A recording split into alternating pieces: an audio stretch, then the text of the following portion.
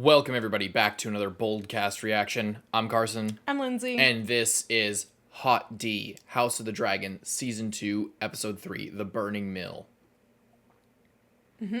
What do you think's gonna happen this time? I don't even know. It's just kind of stressful. This show, every time it's just like, you're like, oh, maybe this could happen, but then it's just like I feel like the pace is so fast, or like even if things aren't that fast, so many little things kind of happen, you know? That I feel like I can't really predict where it's going on an episode by episode scale.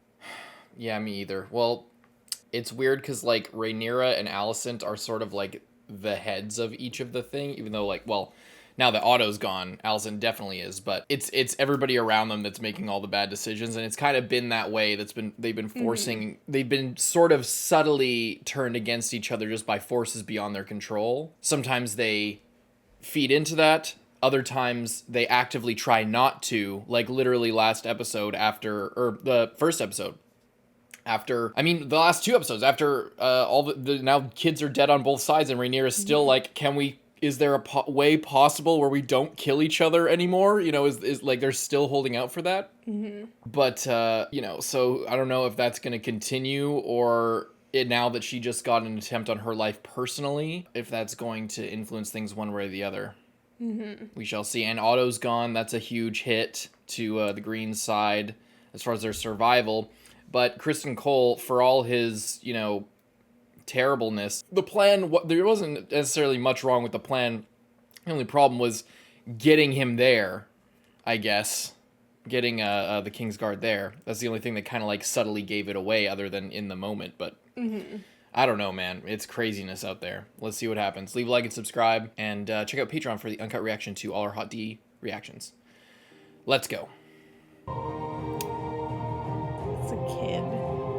Oh, is it changing? Oh, it's changed. The rat catchers. When the blood's creeping closer, it's closer to the text now. It's gonna be all red at the very end of it. The mill. Well enough for killing Blackwoods. Oh boy. Put the boundary stones back. Fuck the asoiaf. The classic Fuck rivalry. you. This is our land. These guys have hated each other for fucking thousands of years, literally, for nothing. Look how young they casted these guys. It's perfect. It's Bracken land. Babe killer. What did you say? Your false queen Rhaenyra is a kinslayer. You're both craven. Little gods!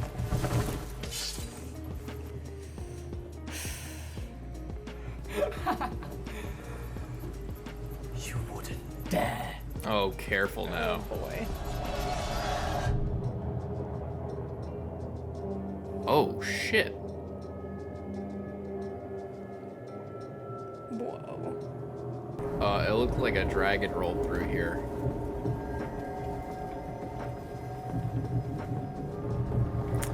Christ. What the fuck? Why are they all piled there? Maybe they came and were fighting each other and then just got like annihilated. Was it all just for that? I don't think there's that many people here. Oh, maybe there are. It's all the same shields. Oh, shit. Here's the basest of villains.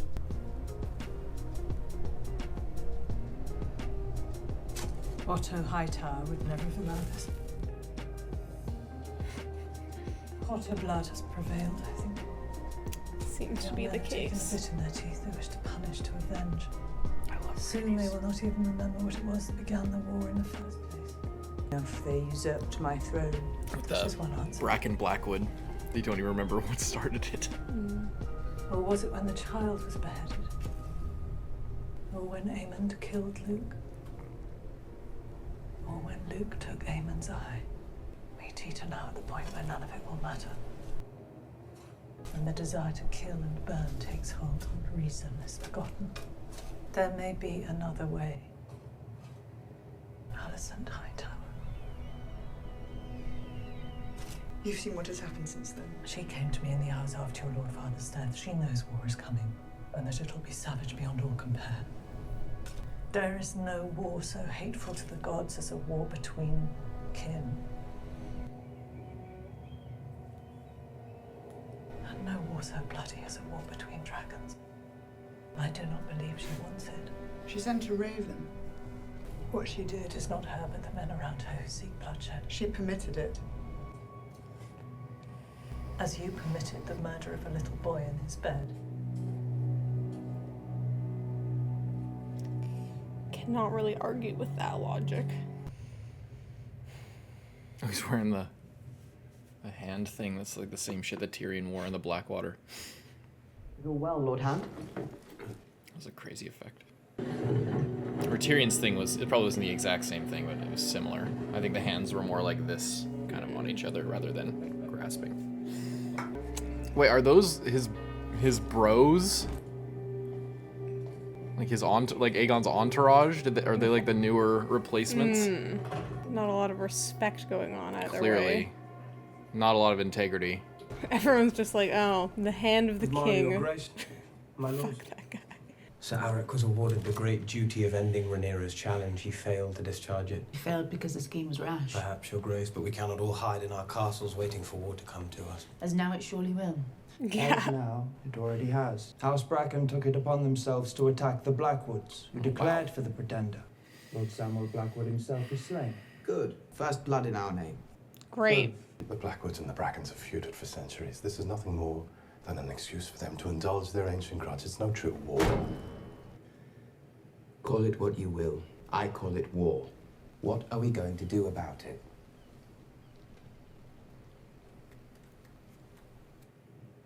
Lord Grover Tully is a flaccid old fool who couldn't control his cock and a curly. You don't seem to be offering very much counsel, sir. You're just kind of shooting everything Your down. Lord Uncle Ormond marches from Old Town at the head of a great host, Your Grace.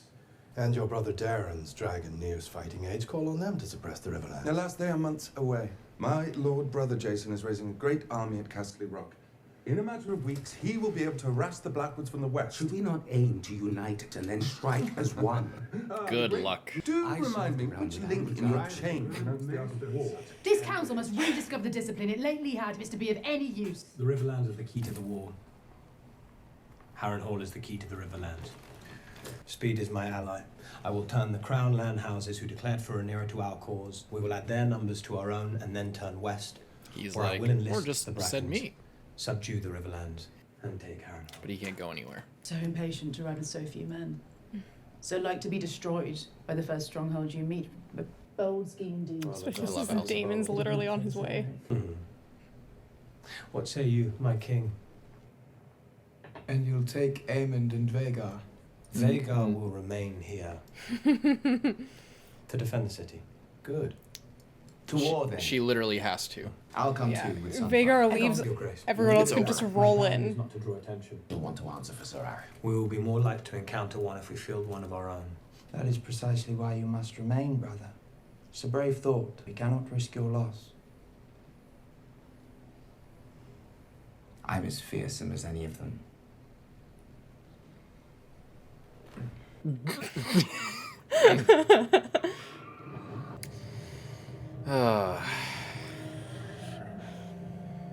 Allison's so frustrating because in those situations, it's like she's the person to be on the side of, I was not believed. but she's not perfect. So, you know. You saved my life. But neither is anyone the else. Queen worth these days.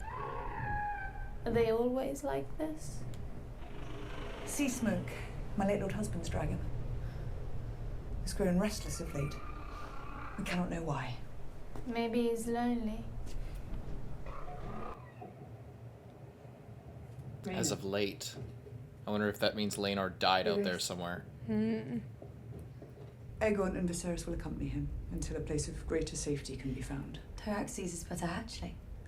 And Stormcloud. I want you to go with them. You must take the little ones further. To Pentos, I think. When my mother died. It is safer than anywhere in Westeros. Write to Prince Reggio. If he will have you, then go to him. It breaks my heart to send my boys away, not knowing when I will see them again. But you have seen what may befall them here. Rhaena, I need you to be the mother to them that I cannot. Teach them, train them, guard them as a dragon guards her eggs. And my sister? I need Bailey here. Because she has a dragon. I cannot promise to make you happy, but I ask you, make this sacrifice willingly. For all of us. Your Grace.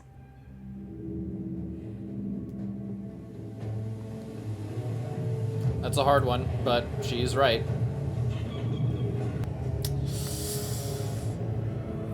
Is that Harrenhal?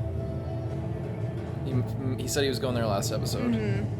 There's gonna be a fucking scorpion on one of these towers, if there's any ground to stand on. Oh, the dragon looks so good in this light.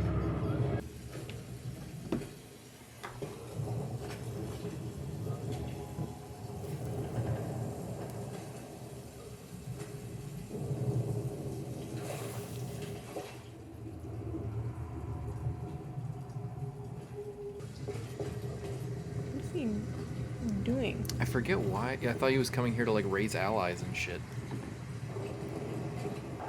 Or maybe they were already against him, so he's just... He doesn't have his disguise cloak on. I bet Larys Strong put bear traps all over this fucking castle. He's gonna snap his ankle in a second. Oh, where the Great Council was held, the named Viserys King. What was that banner?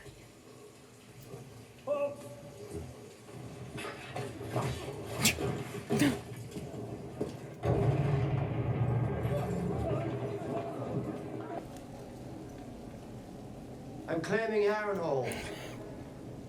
Oh, right, he was claiming the seat. Apparently so. Apparently so. Who is this? I, Sir Simon Strong, Castellan of Harrenhal, pledge fealty to Rhaenyra of House Targaryen, first of her name. I swear this by the old gods and the new. Supper is venison with black cabbage and peas. No red currant. Sorry about that. He's literally just been waiting here. Well, I think he's just like, I mean... That venison is well aged. He's not the lord of Let it wait. the house even. He's just chilling here while Larys, I guess, is the sworn lord? Or maybe. If you've not yet surmised, you are welcome here. And what of your lord, Larys Strong? He who sits at the false court of Aegon. Larys Clubfoot is no lord of mine. He's a scourge upon this castle and this family. Oh, do they know the truth? Do you not think it strange that his father, my nephew, Lord Lionel, perished by fire, and his son too, here in this damp place? It was the first fire here since Balerion ended the line of Harren the Black. Even in summer we struggle to light the hearth. So no, you will find no loyalty to Larys Strong here, my prince. Your Grace. Forgive me, I'd only assumed that as consul... And we are reminded of the perilousness of assumption. Indeed. Your Grace. Harrenhal is the largest castle in the Seven Kingdoms. Or perhaps that has escaped your attention. Well, it is also, not to be argumentative, in something of a state of disrepair. Your forebear, even if we possess the coin, my prince.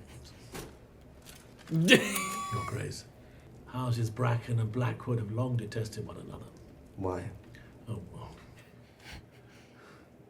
The answer to that is lost in time.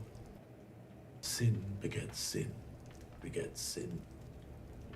Summon your Lord Paramount so that I may treat with him myself and turn them to our cause. That would be Lord Grover Tully, but he grows frail. It's said that he can no longer speak, nor seal his bowels, begging your pardon for the impression. His grip on his bannerman is weak. They feel they can do as they please. I will speak with him nonetheless. People should obey their liege lord, whatever his condition. Perhaps the presence of the crown and a dragon will sharpen minds round these parts. Your Grace, That guy is just if you are successful, well, when you are successful, what then? We march on King's Landing and take the throne. The throne? It's a big chair made of swords. What then? What do you mean, what then? I think it's just a testament to how disconnected they are, like, from all of this. They were sitting there in a broken castle getting rained on in the middle of dinner with like 50 people. Yeah. Look at the fresh cut. Look like Julius Caesar over here. So, Kristen, may I present my brother, Sir Gawain Hightower? 3 long months on the road to find my Lord Father, who served 3 kings faithfully, unseated as hand of king. And by a man from such modest beginnings. What a giddying ascent the gods have bestowed on you. Yep. Sir Gawain has volunteered to accompany you into battle. We have a full complement, Your Grace. Then you shall have a fuller one. The march will be hard, sir. No one is more delighted than I. It's like I've been March traveling out for toward 3 the months. Sister. I like him. Seems chill. I bet he's not, but he seems chill. And request that she grant her favour. That her Lord Commander may go into battle with her blessings in his heart.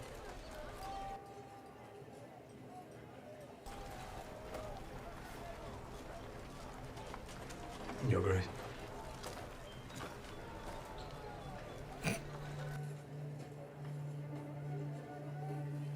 Oh boy. And so once again the Riverlands will burn for like the 50th time in the last millennium. Ew. Feast for Crows, just before the Dance with Dragons. This music is really going crazy right now. Looks a lot more green than when Daenerys was standing out there with in season 8. I mean, it was winter. It was also the desert in season 8. Send them all out. Start turning green strongholds to our That is the cause. instant Vagar crosses the bay and burns you all. Fear of it is in itself a weapon. The Greens will make the same calculation. Oh, the value boy. of a sword is not within its scabbard. We will. We must give Damon time. Your Motherfucker's Grace, laughing when Damon's you have gone. witnessed firsthand just how vulnerable you are. Perhaps it is time for you to think about secreting yourself somewhere safe, while we remain here as a source of distraction for the enemy. You propose to conduct the war in my absence? It would merely be a precaution. It would be treason. You're fortunate. I thought you were cool, Lord Celtigar. I thought you were chill. See, that just shows they're all laughing at her, snickering at her, offering that she leave. Everyone's snickering. They're trying to make decisions for her. They're saying that like Damon's basically in charge, Yeah, and you. even though he's made bad decision after bad decision. It would displease neither Rhaenyra nor the gods if Rhaena remained heir to Driftmark. Rhaena, Lord of the Tides. The girl knows nothing of ships, nor even of dragons. There is Rhaena or there is Joffrey. And Rhaena doesn't have a dragon, does she? We must hope to see our way forward in time. He's already thinking about his bastards.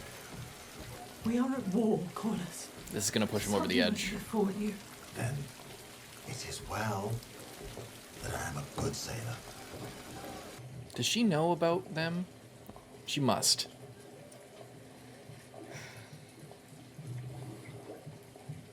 I have much to attend to. She's like, we're gonna fucking die in this war, I guarantee it, and you'll be left with nothing. So pick who you want to take over. And I think he's already thinking about the two young men. I cannot spare a fighting dragon, but I say what I can. Stormcloud and Tyraxes are small, but they will grow. It is for you to remind Lady Jane of her pledge and persuade her of the urgency of our need. We each do what we can. And here, I think, is some consolation. Tyraxes and Stormcloud are young and vulnerable. These eggs are even more fragile. But should all come to ruin here, you will bear our hope for the future. Those are Daenerys' eggs. +1. She's taking them. To Pentos, Mhm. which is where fucking Illyrio had them, obviously. But he said he got them from the Shadowlands Beyond Ashai, so maybe they aren't hers. I mean, who knows where they will end up after this? But there's 4 of them, that's the weird part. Maybe one of them will hatch. Yeah. She's handling this with incredible grace, having just lost And one then of her probably sons. may never see them Well, again. definitely. I mean, you never know.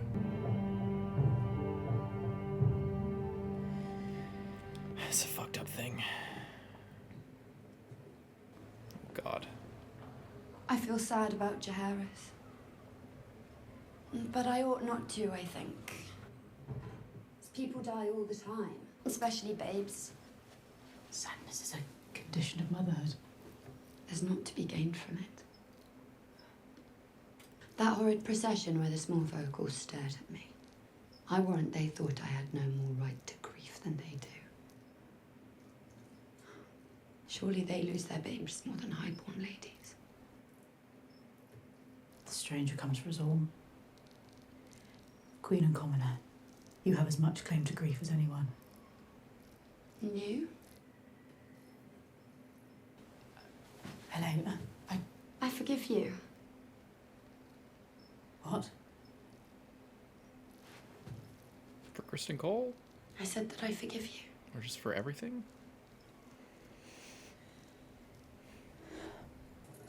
That's all she wanted to hear from her dad. Valyrian steel. She feels just so guilty. Aegon the Conqueror reborn. He is fucked up. There are rumors that the king readies himself to fly to war. I was wondering when he was gonna Was roll it up. you? Only that I think it would benefit all of us to prevent our king from being brutally slain by our enemies and his body parts scattered to beasts and his court come to ruin. Would you not agree? What exquisite armor? I was given the Conqueror's name and his crown, so I shall wear his armor to war. No shot. Is it Valyrian steel? All in position before you depart, then, Your Grace. Doesn't look like it, but that's fucking Aegon the Conqueror's armor. It looks sick. By his counsellors and persuaded to fly to war with Sir Kristen, Queen Alyson may reign in his absence. With Prince This Aemon at her side. bastard. Absurd, of course. Who spreads these lies? Massively. Literally him. Tales take on a life of their own. After I My say them. weeds, unless they are tended. Tend to them then. I don't spread rumors. I just think them up and say them out loud. Publicly. Oh my god, this is not good. Lord Larys, my father always said he had no use for a master of whisperers. And yet, I find myself wanting for one. A fantastic decision. I'm unworthy, Your Grace. You honor me, Your Grace. I wasn't expecting this at all. Shall we escort you to the Dragon Pit, Your Grace? I'm not going anymore. Do you think I'm stupid? I've changed my mind. I think mayhaps I shall fly another day. It does seem wise on reflection. But you're sworn to chastity now. Of course, Your Grace. Yeah, right. He's a little mad. He's not taking shit lightly anymore. Yes, Your Grace. He doesn't want them to like be fucking around if his like ability as the king is like, I don't think it's I think that he is like I don't think it's a fear of missing out. I think he is just taking the position more seriously. He was like driven into it because of his son. And I think he actually, the more he gets into it, the more he's like getting into it. I mean, yeah, he was about to fly off to war just on a whim, basically. It's our main man in the streets with the, could it be gray? Could it be silver hair? Oh no, it was a different guy entirely. Like, who is that? What actor is that?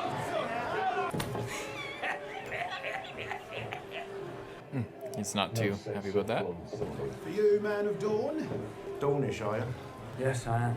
The part of Westeros my house never settled. Although it said even Dawn mourned the passing of my grandsire, is that so? What? Who was your grandsire? Jaehaerys? They call him the Conciliator.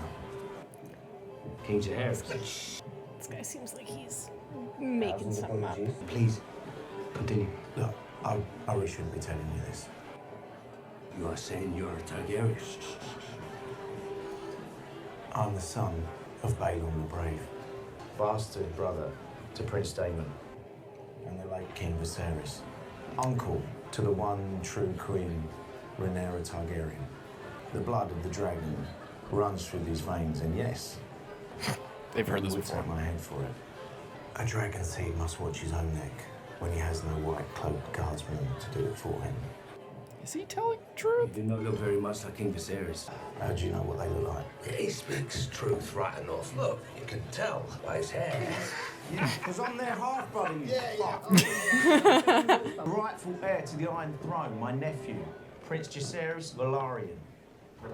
Oh. Bro. Oh. Oh. Oh. Oh. Oh. He's your other nephew. Oh. Oh. Oh. Shite. All hail the king! All hail the king! Drinks for all! At the pleasure of the crown! Jesus Christ, he's gonna die tonight. He is gonna die. He's Either out of a for heart blood. attack or, you know. Should just leave. Should just go home. Talking about Aemond. gonna Oh, he's walk gonna in walk on- on Aemond. Yeah.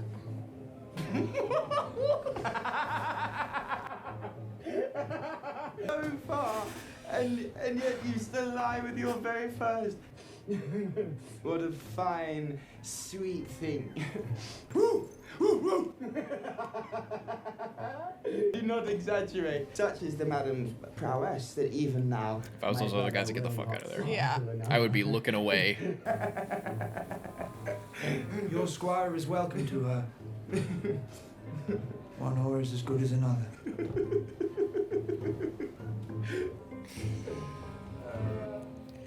Yikes. Is that a letter from Oh, Allison's letter. Just read it. I thought she was gonna throw it in the fire.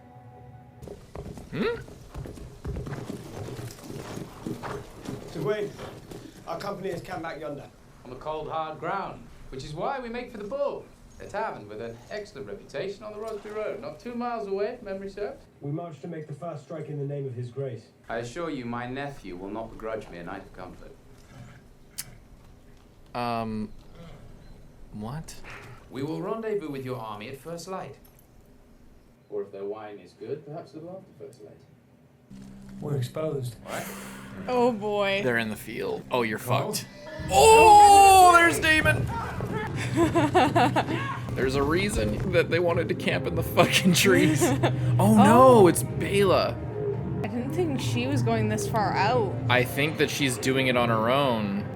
Oh boy, imagine if she just kills them all. She might take a fucking arrow real quick. Oh boy. Her dragon's not that big. If they got archers, she could be in trouble. This goes back to her talk with Jace last episode. Jesus Christ. Is she actually trying to kill them, or is she just trying to... Trying to see She what must they're be, doing. right? She's trying to come out here and, like, do her part, like she said. I mean, what else she could be trying to do?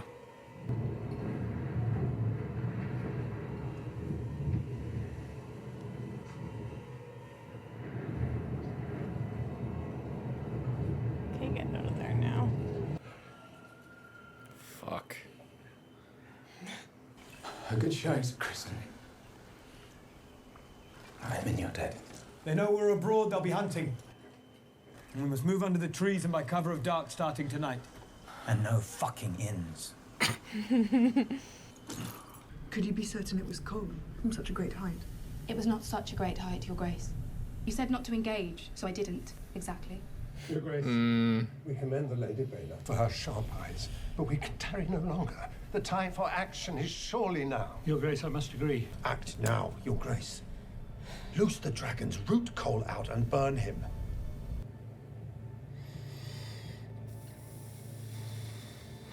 Everybody's ready, but she's reluctant.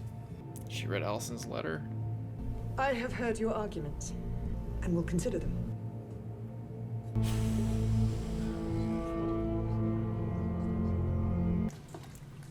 It's like, am I gonna die in here? Smart. Who's just opening the door without knocking? That can't be anyone good. Yeah. Unless it's a ghost of Harrenhal.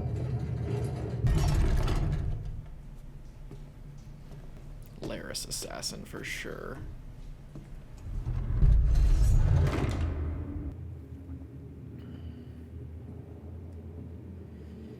I'd be sleeping in some chainmail for sure. Or was it the fucking young lady?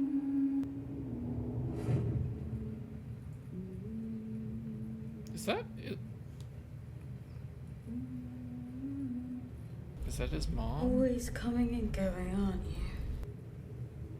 Is he hallucinating right now? Did he actually get drugged by the peas? And I have to clean up afterwards. Whoa. They got Millie Alcock back. Oh, does he feel really guilty about that? This is a nightmare. Maybe he didn't order it. Oh, what the fuck at the weirwood tree? Whoa. The old gods are sending him fucking crazy dreams. You will die in this place. Why do you sound American? Oh, it's on the Well, edge of that's the god's eye. not a good sign. What the fuck? That was freaky. That was weird as shit. Or kill her outright. I would speak with her myself. Killing her would be easier. If war can be averted, it is my duty to avert it. I have reason to believe she may be of the same opinion. She goes nowhere without many eyes watching her. Except Unless for one place. But if I'm recognized? you may be surprised to learn it, but most folk pay no mind to a woman who has not dressed as a queen or lured herself with the eyes of men. This is a pretty bold move. Scale the wall and enter her window. There's one place Alicent goes. Outside the castle walls. The Sept. Where you may yet find her alone. The Great Sept. Damn. It's the only place, not even her room these days is she alone, but she's alone when she prays, because she's always thinking of her family. She's really fucking going. Was this in the books? I'm still getting over that Daemon dream. That was fucking insane. I bet just judging by that dream, I wonder if it's still ambiguous whether he did ask for that or not. Because he's like a Valyrian supremacist, he probably feels guilty about it, even if he did ask for it, or if he didn't, and then, you know, that blood's still on his hands. He takes that shit very seriously, I imagine. Oh, she's dressed like a septa. Looking at flashbacks. Shame! This is such a good, this season is shaping up to be way better than even I imagined. Like, this episode and last episode were fucking, I mean, first episode was good, obviously. But like, these last few really stepped it up for me. The Septas won't recognize her? Or as being different or not around there? I guess it's like the capital city. Oh shit. There she goes. This is how you know Rhaenyra is committed to all this. She is in super danger right now. And she's not coming here to try and assassinate anybody. She's literally coming here to try and prevent the war. Yeah. Well, get ready for a surprise. That's 2 candles. Probably one for her mom and then one for her grandson. This would be such a crazy jump scare for Alicent. She just looks over.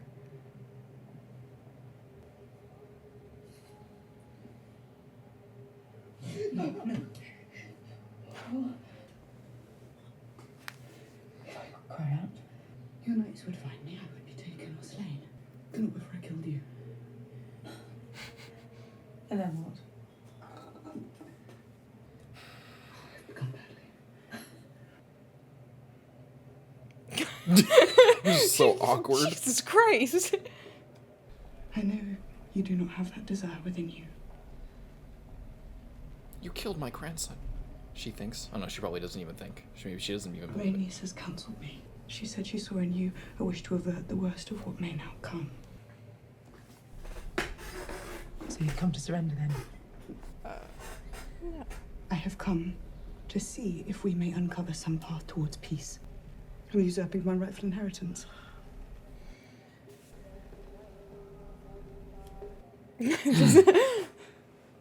Death of thousands in order that your feckless son... Your father changed his mind. Oh, so you say.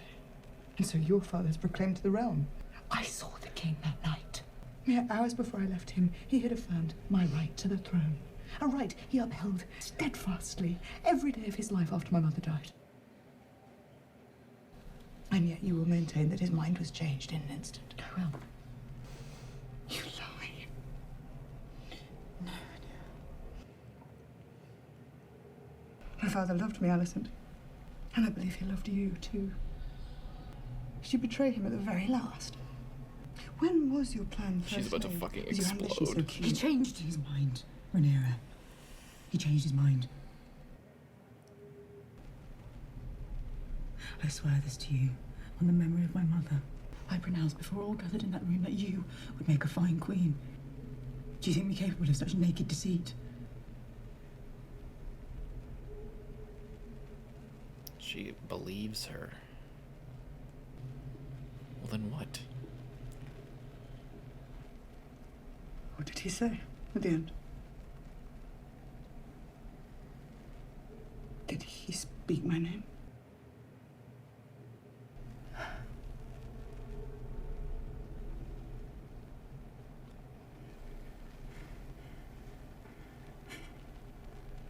What did he say, Alicent? He was weary. It was hard at times to understand. But he spoke Aegon's name. He said he was the prince that was promised to unite the realm. I just made peace as you do, but it said... Did my father use those words? The prince that was promised. Did he? Yes, he did. He spoke to you of the Song of Ice and Fire. The fuck are you talking? This isn't gonna change anything. The story. It's too late. This is why you shouldn't name your kids the same fucking names as other people. The Conqueror.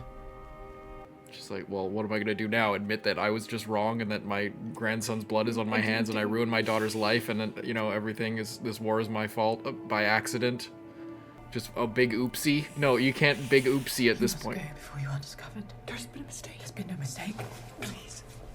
You can prevent this, Alison. She can't. It's too late. It's war is looming. It's too If late. you guys had this conversation, like... Blood is to be counted aloft. Do not let your pride blind you. There's been no mistake. Ah. Yeah, it's an interesting scene. I like it. It's heartbreaking, but it's too late. It's too, like, for Alicent. Like, imagine being in Alicent's position. I think Alicent genuinely in that moment was like, oh, fuck. But she can't... But that thought might not have even reached her mind. Because, like, to say to yourself, oh, I fucked up, even in your mind... You would lose all resolve. You would lose... Yeah. I mean, you would have to blame everything on yourself at the end of the day, that you misinterpreted that. But, and okay, I wonder if I bet there's going to be some arguments about whether or not, because, like, that's been the whole conversation, is, like, whether she knew what she was doing, whether, you know, it was clear that Otto, against his personal feelings towards Viserys, you know, last episode was made ultimately clear, you know, he was conflicted in that, but he was, you know, taking it as far as it would go. Alicent, it was a little less clear, but I think what this scene is meant to do for that is to say she genuinely, Yeah. I mean, that's the whole thing, but, like, to confirm that side of it, where she is genuinely, up until this point, holding up what she believes the good is. That's why, that's what her conflict is. That's why she feels so guilty about all this and how it meant so much at the start of the episode when her daughter forgave her. Because she feels so guilty. That's why she's fucking But Cole. she felt like she was doing the right thing, at least, or at least the thing Spirit that in she the, was in the eyes of supposed gods to do. of men. She was gods doing and the men right path, even though it was hard, and even though it wasn't what she personally would have wanted chosen in a perfect any world. way. But the beauty of the show is that the point is that it's, while that is all true, there is the emotional component of it where there is that little bit of selfishness, the spite against Rhaenyra, the jealousy of her, obviously all that shit. That all plays into it. But as far as what was guiding her actions, as far as the war is concerned and all that stuff, she might have been influenced by all of that resentment towards Rhaenyra that built up over the first season, that caused her to interpret it that way. But she was not faking that interpretation. It wasn't like Otto, where Otto was using it like he had used everything, you know. And then once again, Otto, it's revealed that it was a struggle for him internally to do that. But Alicent does not want this, but she can't go back now. It's too late. And because then what is her grandson's life What is Well, if she- not even like she's essentially in a way responsible for that because of the harsh interpretation that she took of those words. She she also has no choice but to force herself to reckon with that. She also, like, she couldn't do anything anyways. Yeah. Even if she decided, oh no, I'm gonna tell everyone what I now know to be the truth, She doesn't have the power over Aegon she wouldn't be able to do anything anyway, because then he would be a usurper. Then he wouldn't have any claim whatsoever, and they would have. They're all, you know what I mean? And she can't do a full 180 with Aegon, where he's like on the warpath. Mhm. You know, it's impossible. Like even if Alicent was like, "Oh my God, I fucked up." Well, the best thing I can do now is try and turn this around. Even if she brought it up to Aegon, Aegon I think listens to her more than anyone. But like Otto lost all credibility with Aegon. And got sent away. I don't think that she has the power that she used to. Mhm. He's kind of like he's got a taste for blood, and he's willing to keep trying to find it. But yeah, It's interesting with Otto here as well, because like what we know with Otto is like he didn't really believe that like anyone's mind was changed. He was just happy to work this like new thing to his advantage.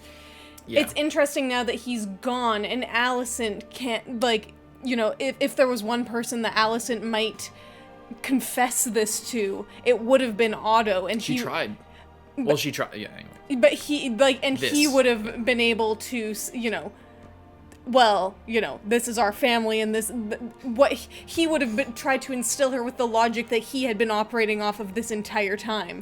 But now she's kind of just in it alone, and I think what Otto would have tried to do is just try and manipulate her like he always had. Like, I think he would go back to that mode where if he heard this, he would be like, she's a liar. She killed your grandson. She, you know, fights even now to try and take the throne away from your son. She's always been lecherous. Her children are bastards. She's never said a true word in her life, yet you believe her now, type thing. That's what he would say. I think he would ride the lie in that case. But he'd do it intentionally and with a little bit of conflict because of his love for Viserys and all this stuff. But anyway, yeah, it's a very interesting thing to see Alicent go through, rather than just because now that changes retroact, like confirming her perspective changes retroactively the rest of her actions she's taken, or at least like removes the ambiguity that we would have as audiences, because I think Olivia Cook played both sides decently well.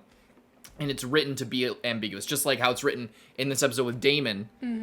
To when he's reflecting on Jaehaerys, he is ambiguously, you know, is he regretting ordering it, or is he regretting accidentally causing it? Yeah, is that ambiguity is really strong. But so the thing with Alicent is it changes the perspective of all the things she's done so far, but it also solidifies her as a character and aligns us more closely with her perspective going forward, because now there's that ambiguity. We can't, you know, ask that question all the time of, you know, if she knew the truth, how would she act? How would she feel? If she knew what was wrong, like, we think that she might, you know, that she's doubtful in some way. Yeah, or we think that she's like, you know, she knows that what she heard could be applied to either, but she chose the interpretation that fit her best. That question is answered. So whatever she does or whatever she's involved in this point forward, you know, is a conscious decision and that it goes against her whole thing, because before she was like guilty that she was going down the righteous path but suffering for it. Yes. And now she's going to have to go, being a godly person, that she is usurping the throne, that she's going against the will of the gods, and she cannot stop it, but she's going to take all of that onto herself as a mother, and as the matriarch of this family, as the leader in her father's absence. She will have to move forward without that righteousness, without the even, you know, the generous interpretation of her actions. And that's going to be really interesting. I feel like it's going to be really difficult for her, because it's like she was already deeply, deeply struggling when she thought that she was fully in the right and doing the right thing, even if it was like doing the right thing, even if it feels like the wrong thing, and even if a lot of wrong things kind of come out of it, like being on the right path, and then just knowing that she personally, it's not just like she, you know, she feels sorry for her daughter for giving her like putting her into this life, but it was the right thing to do, and then it's like, okay, and if it was the wrong thing to do, and how, you know, her daughter could have been happy if, you know, if all this didn't happen, if she wasn't the queen, the, you know, usurper queen basically, and Aegon, you know, it's just, it completely changes. Yeah. It's going to be so interesting to see how her character arc unfolds. She's going to accept that about her, and, you know, sort of become more like her father and lean into that side, because she has all the skills that she needs. She's very she's very good at doing what she's been doing, but I'll be interested to see if she will kind of like rise up to that and just fully lean into it, or if she's going to crumble under it, because that's a lot of she was already under a lot of pressure, and now it's like the, you know, it's everything, you know, it's a lot. It's like, as long as she had her faith and her foundation beneath her, she could act and do, and, you know, she would be okay with aiding the trend of violence that the future holds down this path. Mm-hmm. She's no fool to it.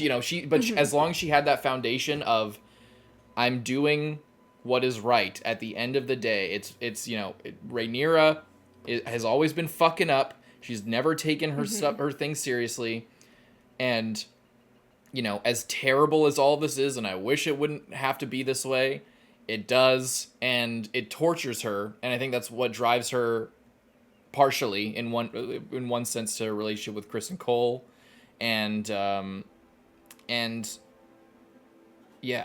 and I think that's, I mean, there's all this thing of like her being on the right path, but also the thing of, yeah, Rhaenyra trying to go against what she believed to be the right thing, and then it's just like, not only now is she doing the wrong thing, she now knows that she's been like thinking the worst of like the people that were well within their, now she knows they were well within their rights to be contesting the throne, and, you know, I feel like it just, for her, puts everything into an entirely new perspective, but like all at once, but she also has to keep that away, because if she thinks about it too much, it's like, you can't move forward in the position that she's in. Well, and think of what Rhaenyra is going to feel like going forward now, that she knows that because Rhaenyra was always assuming the best of Alicent. And she was technically right. She was. And that's why she came here, because and she was right. There was something to uncover there. They dug deeper, and she asked a question. Okay, well then what did he say? Like, and they talked about it, and they were so fervent, and instead of this like, fuck you, no fuck you, you suck, no you suck, they're just like, wait a minute. You wouldn't be saying all of this. Like, I know you. You wouldn't be saying all of this if you were lying. And that's what Alicent said. Mm-hmm. So then she dares to dream, to believe it. And there is something deeper. There is, like, a miscommunication. Mm-hmm. But... And it's also interesting because Rhaenyra, like, the way Rhaenyra... And it's like, that's the nugget. That's what they needed. That's what they were looking for. But they can't... It's, you know... It's useless now. And it's so interesting because I feel like because Rhaenyra knows Alicent so well, when Alicent is saying like, oh, he mentioned Aegon's name, and Rhaenyra believes it. Like she starts crying and she's like, oh my, like she doesn't believe it, but she's also like, you know, Alicent isn't just a liar who lies about everything. Yeah. And the way that Alicent is recounting this story, and because Alicent fully believes it, if she kept going and said, he said that, you know, Aegon should be, my son Aegon should be king, then like I think that Rhaenyra would, like, I don't think that she would just abandon her cause, but, you know, I think it would really fuck with her. But just knowing that it was just such a crazy case of miscommunication, and that nothing can be fixed even when now both sides know exactly what, you know, it's just... Well, I think, actually looking back, like, I wonder if there is a little bit, there must have always been a little bit of doubt, even though it was confirmed here. She won't be able to allow herself that little bit of doubt in her actions, or because well, she's been holding back. Like she chose the interpretation she wanted. Yeah, thinking about it a little bit more deeper. I think that the whole thing of like choosing the interpretation that she was talking about, Viserys was talking about Aegon, I think that's partially what's been eating at her so much, because there was that little bit of doubt. But now that the doubt is confirmed, that's going to change things. But that's what she wanted apology for, is because she, from her dad last episode, she was like trying to confess. She could have been talking about Kristen Cole. I think she was partially, but I think that she's like, I've sinned. She has this little doubt in her, and then but also having her daughter forgive her this episode, I think that that's going to embolden her a little bit, because if she is sinning and has been the whole time, and she blames herself partially for, or mostly for, Jaehaerys' death and what it did to her daughter, and her daughter forgives her, then that's I don't know.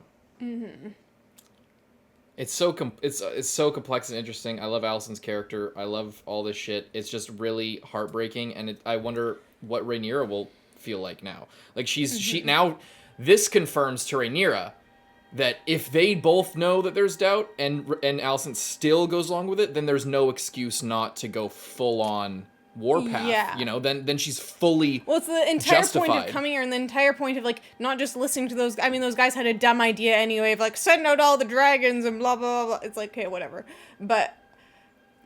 Yeah, it's. But she's like, something's fishy she's here. like the whole time it just hasn't quite lined up to her, and then coming here, then it's like, okay, it's such a bombshell. They know, she knows, and they're still choosing to continue on that path. So now I have no choice. I've exhausted all efforts. I've tried time and time again to do the right thing. Not just that. It's like it is that. It is that, but it is it's just the lack of any room for misunderstanding. There is no more room for it. We are 100%. You know that you're usurping the throne. You don't think you're doing the right thing. You are actively rebelling and stealing the throne and knowing that it's not yours. Fucking fog of war. It's also fucked 100%. Up too, because like for Alicent, Otto, obviously, it's like he wants to be like basically ruling, so he wants his family to be in charge. That's his legacy. And like, that's his thing. But Alicent, I think more than anything, just wanted her children to have better lives than they have, and wanted to, quite honestly, have better children than she had in terms of her sons. And I think that like with the bit of doubt that has been playing into her character thus far, now seeing that she was really truly believing it, I think part of it was just how could Viserys choose Aegon to be king when he wasn't, when he clearly in the eyes of every single person should not be king. It's, and she knows that he wouldn't say that. That's where the doubt comes from. But he did say it, and she believed that he said it, so she believed, even though it wouldn't have maybe been her decision, that he did change his mind, even if it was, he changed his mind in a bad way, Yeah. It's not enviable for Alicent, but Rhaenyra, I think Rhaenyra, we saw her playing with the blocks with her kids. She had to separate from her kids this episode, and we saw her watching her kids play, thinking about Jaehaerys, and that could have been her kids, or like how could she do that to Alicent, who very well would be sitting in this exact same situation. So she is thinking about all of that. What the fuck was I saying? But she's like, Rhaenyra was blaming herself, because she is like taking responsibility for all the shit that's going on around her, even if it's like a bunch of lords or daemon or whoever acting on her behalf without her permission. Even if that's the case, she and that was the conversation last time. That's what Massaria was kind of talking to her about, and that's the sort of journey that she's been on. Is like they both feel guilty. Rhaenyra feels super guilty for all of this. She doesn't want to. She keeps trying to run from it. That's partially why it's no coincidence that they met in a sept to discuss get to the root of their guilt on part of the deaths of multiple people in their family. So like they meet in a holy place to discuss that. And Rhaenyra has felt guilty for all this. It's all kind of on her shoulders, because she could also at some point go the Rhaenys route of just saying, I give up. I give up my title, whatever. And then there'd be no war. But now that all of this is out in the open and we know what the misunderstanding was, she's, in her mind, she could just very easily be like, any death is not blood on my hands. There is no blood on my hands. I am retrieving what was stolen from me. This is an act of not revenge, of recompense, of self-defense, basically. You punched first, and I didn't provoke you. I didn't do anything. Mm-hmm. You are choosing to do this. So anybody that dies on the field, any lives that are lost, any thousands of people burned, if Rhaenyra takes one step further down that road, this is where she'll be at. She could go full dark mode and just be like, because Daemon's not even thinking about it like that, generally. Mm-hmm. I mean, maybe he is, because there's the dream, which we need to get to. But, like, she that could easily be the road that she goes down mentally. Mm-hmm. Because there's, because everyone else, like, doesn't seem to not really care. They're just kind of doing what they can for their own house. Mm-hmm. And there's way less, like, responsibility of bloodshed underneath each individual person. There's, like, the responsibility is diffused amongst everyone. So if a bunch of people die because the council voted for something, then one person on the council isn't necessarily at fault, or at least in their own mind wouldn't be. Mm. But the people at the top, Rhaenyra, Alicent, Aegon, fucking Daemon, they're at the top of the pyramid, so everything that happens underneath them is their responsibility. Mm-hmm. And Rhaenyra and Alicent are the ones taking that responsibility to heart in different ways. And that's what this was about, and it was so good. This scene was so fucking good. And I love it because you know what? Can I say one more thing? Sure. What did you want to say? No, you keep going and then I'll add it after. I want to say one more thing. I think part of the reason why season 1 was so frustrating and why we were so frustrated with Viserys, for example, is because, like, that's the duty of a king. Whether at some point down the line, the intentions become less important than the action. And Viserys, time and time again, I mean, sometimes he took action. Sometimes he expelled Daemon because, of this reason or that. Sometimes he separated people or made a declaration. If any, and then he's like, oh, Vaemond, you can't talk about my grandchildren being bastards anymore. Anyone who talks about that will die. Will have their tongue cut out. And then he had his head cut off by Daemon. And that was, like, justified because it was an order from the top, from the king. So he took action in some ways, but time and time again, what was frustrating and interesting about Viserys is that he made a lot of good decisions, but a lot of his bad decisions were almost non-decisions. They were like, take a step back, push this problem down the road, like, ignore how Aegon's acting, ignore all this stuff, or not pay attention to all of this, a sin of omission, you could say. Mm-hmm. And that's a big problem for a leader, and that's what leads to problems like this eventually. But so that's why I think if you go back and look at a lot of our discussions for season 1, a lot of people were pissed off because we were, like, dogging on Viserys. It wasn't necessarily that we hated Viserys. It's just that it was so... It wasn't at all like we hated Viserys. We love Viserys. But it's just that that's the burden of leadership. So with all of that... and he did. But like the problem with... and what's causing all of this is, like, these weird little missteps, lack of information, lack of clear positive action and declarative action...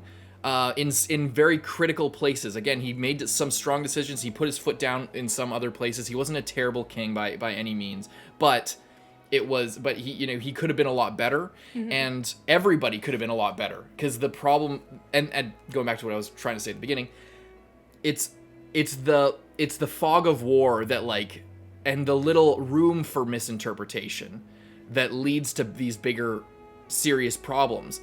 And that's why I'm really excited after the scene to see where things go, because now that is gone. That is gone from the story, so it's gonna really change the way that everybody interacts, and I can't wait for it. And I think what's so interesting... I'm gonna open the window. Yeah. I think what's so interesting about it is that... what was I saying? I was thinking about it. So we got this sort of, like, reveal... Like, we got the reveal, basically, like... we got this clear. We got, like, it became very clear, but what I like is that it wasn't clear for a long time. Yes. So we had time to observe everything with, like, but were they actually thinking this? Is there this doubt creeping in? What is causing that? Does she know that she's, kind of twisting the truth a little bit? Or is it because, like, she doesn't think that Aegon is a good, there's many different options that it could have been, but there was that nuance, and there was that, these people are acting in either, like, bad faith or good faith, or, like, what they think is the right thing, but it's clearly not the right thing, and we know that as the audience, but they don't know that as the characters in the show. And I feel like it let that stay for, like, the accurate amount of time to now when they, like, pull away the curtain, what happens next is interesting, and not just like, oh, we thought you didn't know what was happening, so we're telling you so that now you can understand what's happening next. It felt like it was introduced after so much had happened, so many, like, muddy things, that now it becomes so much more interesting than if Alicent knew the entire time. Rhaenyra and Alicent had this conversation the morning after it happened, and then everything and then there was none of that, like, hesitation and doubt that was going on. I feel like this happened at, like, the perfect time, that, like, and it had to happen at this time, because if it happened earlier, then things could have been different. Mm-hmm. But now so many, like, children are dead on both sides. There's already wars starting, and, like, little factions killing each other just as an excuse to fight. Yeah. And it's too late for her to do anything about it, Exactly, yeah. But, like, and I love how they started out with that Bracken versus Blackwood. Mm-hmm. That's, like, classic. That's, so I doubt they'll go into this in, they might do it in the Dunk and Egg show, maybe a little bit. Maybe they'll go into Blackfire Rebellion if they make another show about the Blackfire Rebellion, but there's Bitter Steel and Bloodraven are descended each from these houses. Mm. So Bloodraven's from the Bracken, or the Blackwoods, and Bitter Steel is, like, the foil to Bloodraven. Like, Bloodraven's the wizard sorcerer guy he's has weirwood arrows and is using blood magic and shit, and is so crazy. And he was on the Blackwood. His mother was a Blackwood because he was a bastard. And then Bitter Steel was the opposite of him, where he's all about fucking fighting, and he's strong, he's big, and all that stuff. And they were on each side of the Blackfire Rebellion, on opposite sides, and they hated each other because of this feud here. Mm-hmm. So, but I love how it starts out here, and then throughout the episode, especially, and both councils are, like, total lack of discipline on either side, total lack of respect for the leaders, and or for what for the decisions of the leader, or, like, they all the people on the green side don't respect Aegon. People on the black side don't respect Rhaenyra and her words, but for everybody for different reasons, kind of. But it shows how all of them are, like these guys, just finding a reason to fight. They smell blood in the air, just like how Rhaenyra talked about her dragons at the end, and they're just going for it. Exactly, yeah. It's like they see things are starting to move, and they don't want it to stop. They want it to keep going, so that they can, have their time to shine. In fact, like, not only do the councils, each of the way the councils mirror this situation, but they also literally are using this hundreds of year old feud that are using them at, like, it's just this ratcheting up of the Brackens and Blackwoods are using this as an opportunity to scrap, and the councils are using them scrapping as an opportunity to scrap even more. So it's just showing, like they would have fought over something else. It was probably a way bigger fucking... It looks like a crazy huge battle. Yeah. This is probably one that's, like, historically noted, judging by the amount of fucking bodies here. Yeah. But, that's classic Bracken Blackwood situation. But it's just, like, they're using... Yeah, it's just this constant, like, ratcheting up, this, like, multiplication. It started from this one thing, then these guys use it, and then they all use it for a grander scale, and then... Bela is like probably would have killed Chris. Do you think she would have killed them? I think she would have killed. Was looking like she was practicing last episode with her crossbow, looking really eager. Yeah, I think that she I think that she is in the same boat as, like, all of the council people and all of these guys of, like, okay, we're in a war, basically, and yet we're still, like, not in a war. So, like, what am I gonna do here? You know what I mean? Yeah. Well, there's also Jace in the council here when they're all talking And he's about war, looking like... and he's like, just... Like, he's even on their side. He's like... I noticed that as well. It's like he is, like... He probably wants revenge for his brother. Yeah, especially compared to, like, Alicent's sons. Like, Rhaenyra's sons have been, like, very supportive of her and respect her a lot and love her and have a better relationship. But... even in this scene, and previously, there wasn't any, like, vibe of this. They're very much on her side. But right now, I think it's just going on too long, and I think that's why Rhaenyra made this last final thing, because it has gone on too long. She has been postponing, basically, the inevitable, but only out of this last bit of hope that maybe the inevitable could be avoided. And now she doesn't have that anymore, and I think now... you know, when she comes back the next time she sits down in this council, it's going to be a bit of a different story. I think that the Greens are probably going to strike first after that. Rhaenyra will still be like, oh, well, she stormed off like that, but, like, we had to end our conversation there. But, like, you know, I'll give her one last chance. To, like, maybe I'll give a little more time for her to stew on that, maybe think about it, and then the Greens are probably going to fucking attack. Maybe in... well, in Harrenhal. Harrenhal, yeah, the because Battle of Harrenhal's gonna Daemon happen. just got that, like, crazy vision, and then that girl just being like, you're gonna die here, which, you know, seemed pretty legit, not gonna lie. Yeah. But, I mean, Kristen Cole riding up with 10 guys... you know, but like they were saying, if they accumulate more guys along the way, Daemon's there with his one dragon and like a couple of nobodies. Baela might show up, perhaps, but her dragon's she could fucking get tiny. killed, yeah, just as easily. Do you think Aegon would go? Like, I'm trying to think of who on their side. Who else? There's the only other fucking why am I? Helena. She's a dragon. She has a dragon. Aegon has a dragon. Mm-hmm. Aemond has a dragon. Is that it? That's it for their side. But they have Vhagar, which is that tips the scale. Yeah, it's like if Vhagar's there, all of the other dragons combined, But they also matter. have more people, which in a certain situation could help. But the dragons, I mean, as we learned from Aegon's Conquest, the dragons turn the tide. But with Rhaenyra's reluctance and stuff like this, and you know, it might, you know, it's a very balanced encounter when you consider the human element. It could also be interesting if Daemon does get killed here because of Kristen Cole coming there, and Baela, in the end, obeyed what her queen ordered her to do and didn't just relentlessly like circle around and then kill them. Because, I mean, she was on a dragon. None of them looked like they had bows. There was only a couple of them. Theoretically, they would have exposed themselves. She could. I mean, if she was really ruthless, she could have burned the forest down. You know, like there was a little patch of forest there. But she didn't, because I think, like, you know, she kind of like, you know, has the urge to do that, but in the end, she is still loyal and she's still gonna do what she's told, especially when things are seeming to not go. But again, in her favor. She was like, well, that's I what I'm didn't saying. engage. Like, if the field had been longer, then she might have. But when she had a time to like think about it, then she was like, okay, no, I need to leave.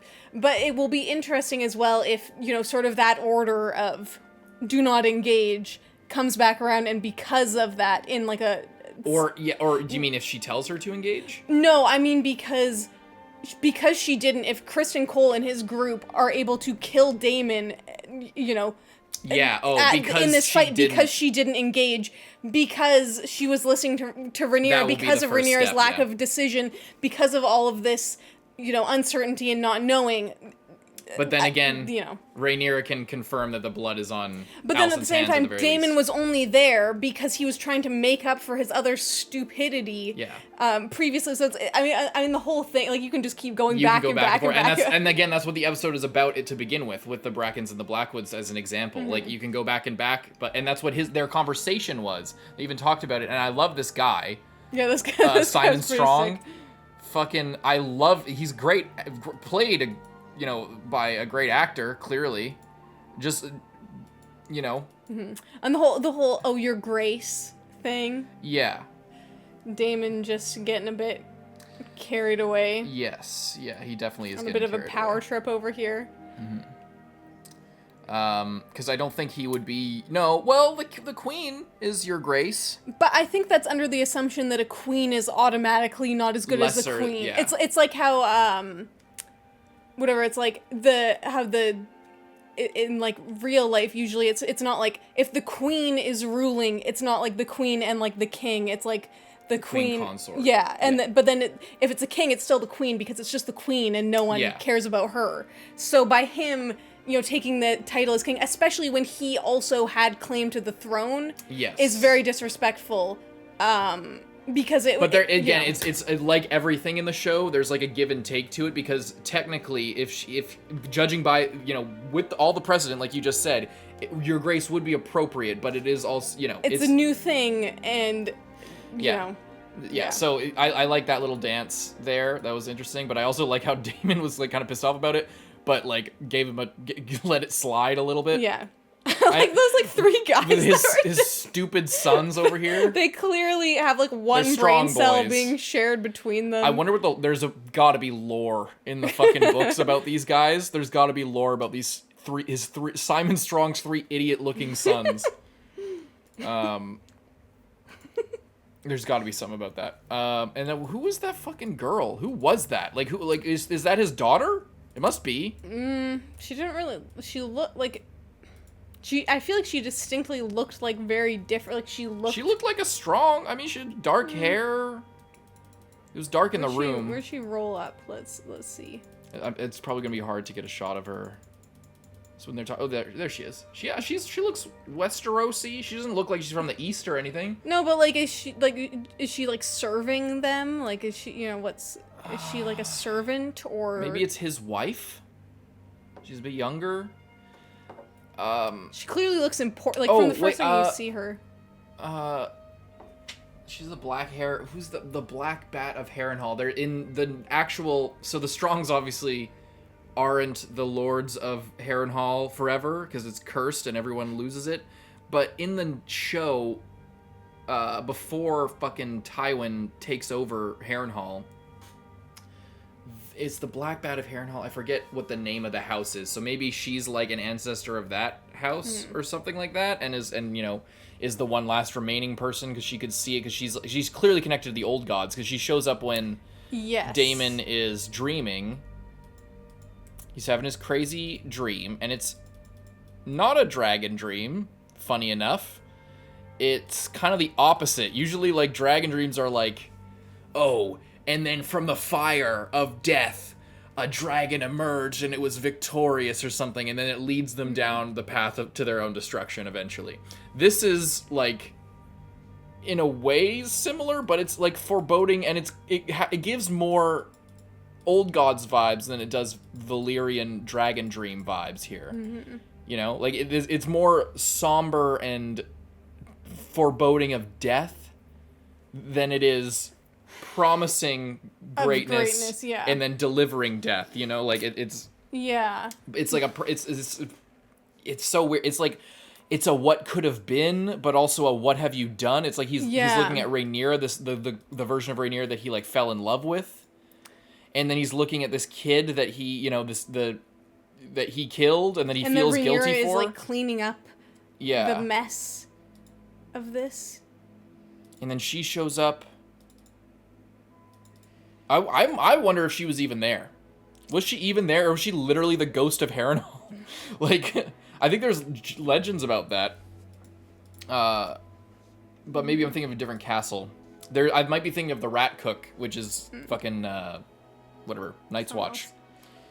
That's Night's Watch. Bran tells that about the guy who fed a dude his own kids or something like that, or fed a dude his kid enough soup, and then he had to eat. He was turned into a rat and forced to eat his own children for eternity, but that was a guessed right thing. Anyway, it's different, but Harrenhal's cursed. I remember hearing the ghost of Harrenhal. I don't know if that's what's going on here. I love it. It's crazy and creepy that like he just found himself drawn to the tree, the weirwood tree, which by the way... I was gonna say it's also interesting, like the place has been burned to the ground and the tree is like there's leaves on it, like it's still alive, and it's like...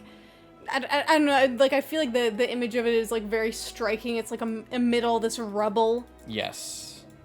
Yeah. There's this thing that's older than the castle that still subsists afterwards. It's creepy. And then there's the lake that's over here is a great lake that's the God's Eye. And in the middle of that is the Isle of Faces, which in theories, like, so, like, this tree is right up against that and is, like, facing the Isle of Faces, which is where it's just a island full of weirwood trees.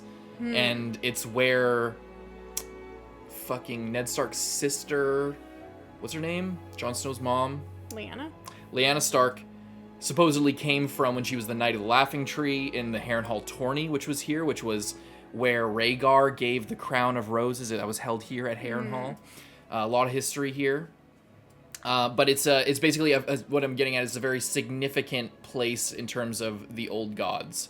So it makes sense that even a Valyrian would find a connection here, especially on the eve of, like, a crazy death event that's of the battle that's going to take place here inevitably.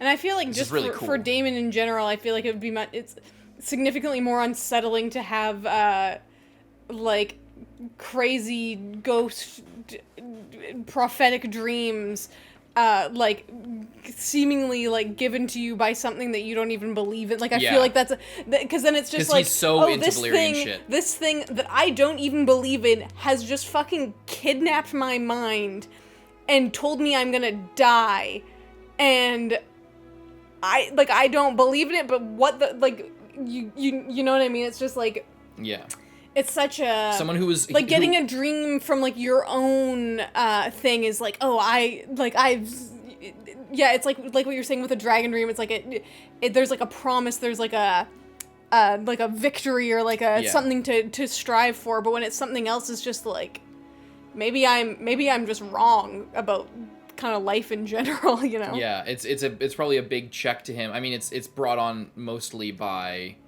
his clear guilt, and that seems to be, I guess now that I'm saying it, it's obvious, but the theme of the episode is about guilt. It's also like the burning. Oh yeah, that's what I was gonna say before because I was looking at it. It's like a thing that spins around forever and ever, and it's just on fire, and it just keeps going, you know. Yeah. But yeah, on Daemon feeling weird about dreams and stuff. Like, he rejected anything to do with Viserys's dream and Aegon, the Conqueror's dream and the Song of Ice and Fire and all that, you know, despite how entrenched he is in, like, his Valyrian pride, he still rejected all of that because of his own ego. So it's interesting that after that pride and that inner strength has brought like a tarnishing, and they even mention the whole kinslaying thing this episode. They mention that outright, and then he's having this dream about kinslaying. Yes. So like, and from the gods, like the gods are giving him this dream, and this man who is like rejected all of that, you know, whether it had something to do with the gods themselves or just that he cared more about the material world, about like what he could do, about his right or his family's right or his pride or whatever. After all that rejection, he's getting the specter of death that's coming to him, that's like foretelling his doom, and giving him these like spiritual experiences. You know, it's so interesting to see the side of Daemon. Daemon and Alicent are probably to me the most interesting characters, even if I don't agree with everything that's going on with them. That's kind of why they're so interesting, is because like, the more we get about Daemon, the more conflicted he is, even though he seems like just a villain. It's easy to think, I think, that he's a villain, but it really is more complex than that. Like and what I like is the presentation. And like we were talking about with Alicent and Rhaenyra up to this point with the doubt and the not knowing. Yes. They do that so well with Daemon every time, and they broke that seal with Otto last episode, and they broke that seal finally with Rhaenyra and Alicent. But with Daemon, even with this dream, there's no words that say, oh, I regret ordering the death of Jaehaerys. nothing's ever said about that. He feels responsible for that, whether or not he asked for that or whether or not it was a result of his actions. He feels responsible for that. And it doesn't really matter which side. By doing that, he has made it also Rhaenyra's responsibility, and that's why he's like also feeling guilt about that. Of And her, why he came here. Yeah, exactly. Her cleaning up after his messes. Meanwhile, he's going off to potentially make more messes. You know, he didn't think that he was, and now he's getting. He's trying to make good on it. It's like it goes back to his relationship with his brother. Like, he did the same thing there with Viserys. When Viserys kicked him out, he went to the Stepstones and won the Stepstones with Corlys, and then brought the crown of the fucking Triarchy, laid it at Viserys' feet, and was accepted back in. Like, he has this kind of, like, beaten dog mentality, and that's, despite all of his fierceness and strength, on the inside, he is a lot more soft than that, and that's what this shows to me. Despite the fact that he's like, I'm gonna go there, let's take our dragons, you, me, and Rhaenys, we're gonna go there right now, we're gonna burn that shit to the ground, and we're gonna crown Rhaenyra before it's fucking, tomorrow. Like, we'll do it right now, we'll go and strike. And but he got the blood on his hands, and look, he's like crying, he's fucked up about it. So it's not that simple for him, just like how it wasn't simple for Otto. Despite the fact that he seems very proper and like, yes, this is the way forward. This is what I want. This is all good for me and my family.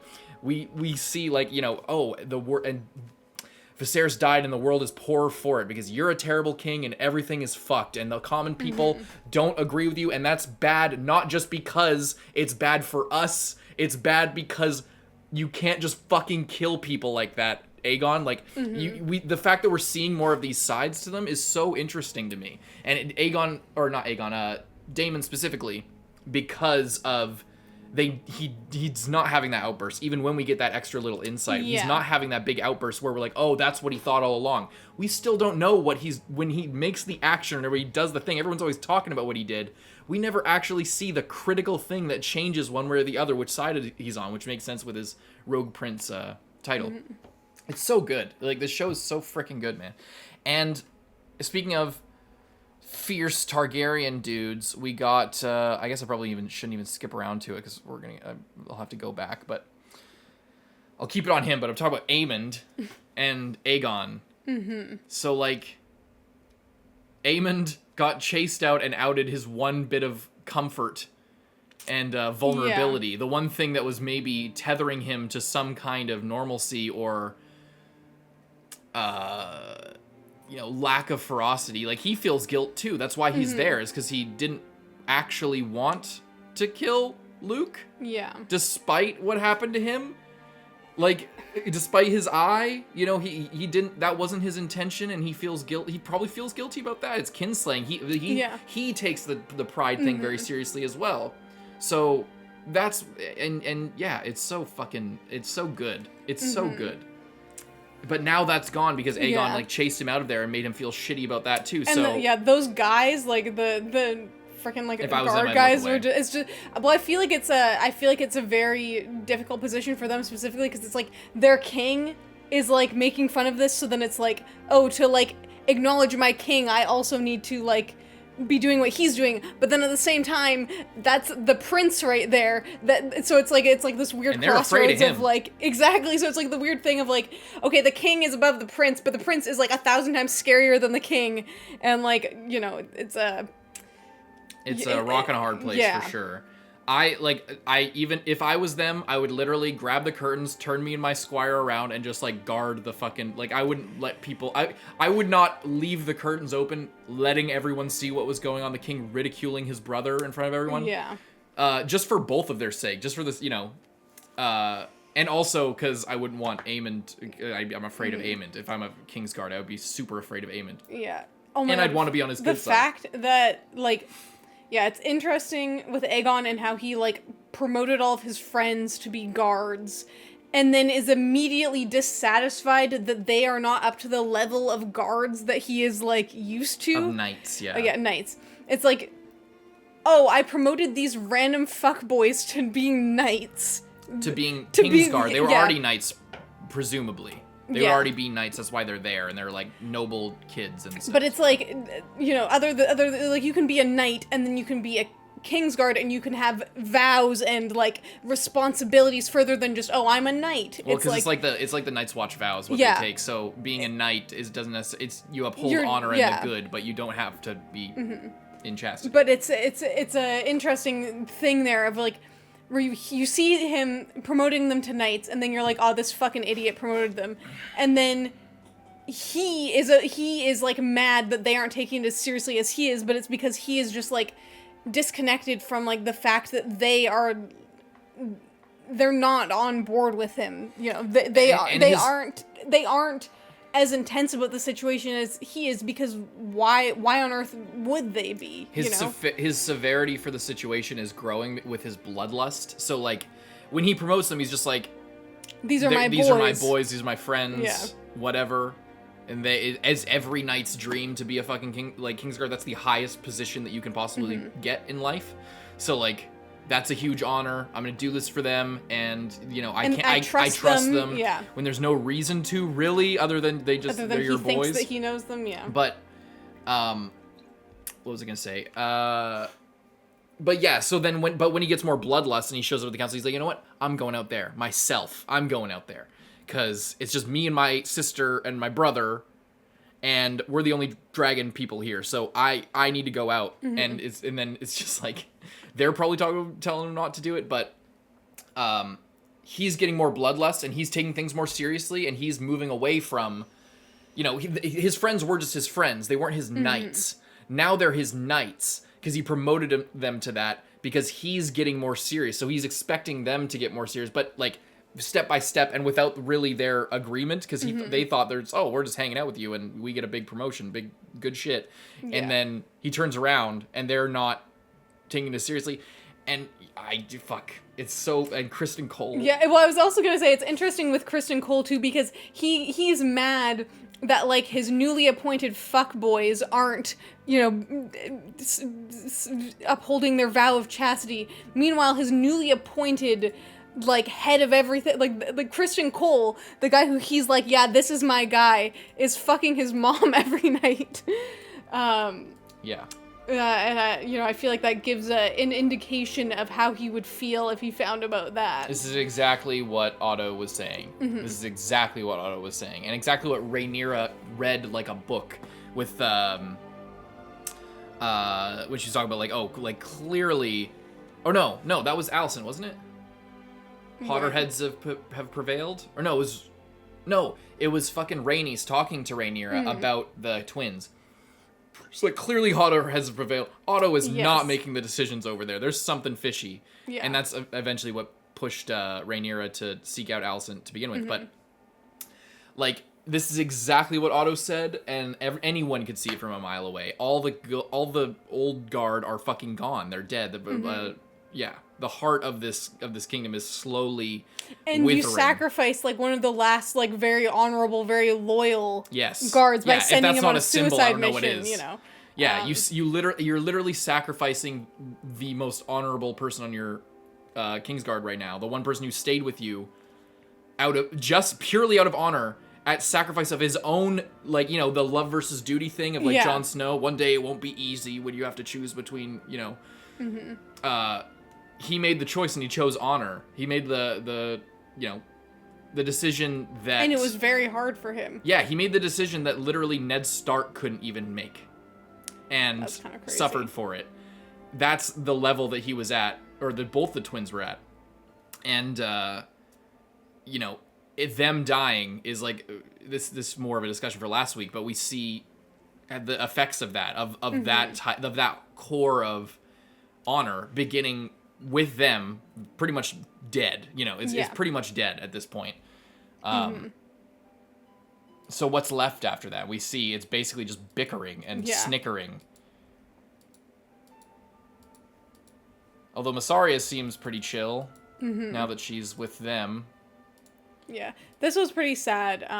Rhaena, why was she was so mad because she's getting separated from her sister? She's got it, but like it's a huge task. Like she has. I know, but I think she her mom? it's this whole thing of everyone is gearing up to fight, and then it's like, now you take these children and babysit. Yeah, and I guess that's and it's this whole thing of like, okay, you're being exiled to like a nursemaid's work when you're a princess, you know, Yeah, and when your sister is fighting and everyone is fighting, and you know, you have just as much right to be like fighting and defending for this side as anyone else. And I think it's also the fact that she doesn't have a dragon, so she's like, yet again, like, it's like, oh, if I had a dragon, I wouldn't be getting sent across the sea to watch these children, but because I don't, I'm, you know, worthless to them in that way. Not realizing that actually she, like, this is a very important role, and Rhaenyra is not taking it lightly to send away her children, her heirs, because, like, you know, obviously her oldest son is her heir, but he's staying and fighting in a war that, like, he might die, and she knows that he might die, but she's not going to send him away. It's, you know, it's not that she doesn't, I feel like it's a very complicated situation, and she's just too young to understand the decisions that Rhaenyra is making, and actually the importance of it, and that Rhaenyra obviously trusts her a lot to be sending her to like secure this, like whatever deal was going on, and, you know, the safety of her children. It's like a huge responsibility and a huge honor, basically, to be trusted, chosen and trusted. To be trusted, like that she trusts that. She literally, you know, is trusting her legacy essentially with Rhaena. And yeah, it like, I think Rhaena here is kind of, now that you say that, is kind of representing kind of, again, people got mad at me for saying the word feminist. It's literally feminist. It's like about the equality and the, you know, all of these rights and responsibilities reserved for men, and women just being relegated to nothing.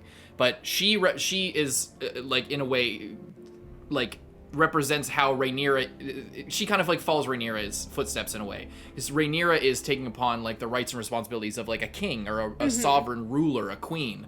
She's trying to make a precedent that has never been done before. So like, stepping into the shoes that would normally in the Westeros tradition be filled by a man. And, you know, that's why Rhaenyra's like kind of pissed that she's being sent off, and it's also mirrored with Corlys and Rhaenys' conversation of like, what about Rhaena?